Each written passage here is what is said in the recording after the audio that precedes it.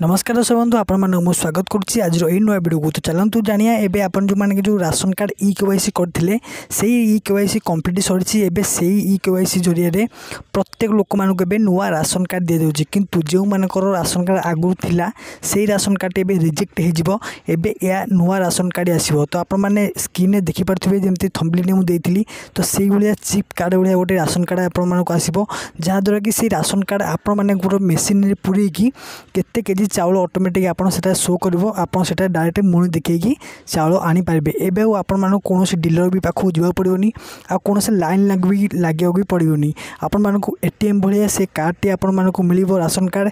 सेही कार्ड जरिया रे आपन माने एटीएम भाया मेसीन रे पुरैकी सेठारे आपन निजर चाउल किंबा गहम किंबा जेकोसी द्रव्य आपन पाई परिबे बहुत सुलभ मूल्य और बहुत कम दाम रे। राज्य सरकार यह नुआ अपडेट आनिजंती। तो चलतु आज भिडियो आपन मन किपर लागला कमेंट जनइबे। जदि मन किसी डाउट रहिला ए राशन कार्ड को नहीं निश्चित जनइबे। रहउची जय जगन्नाथ।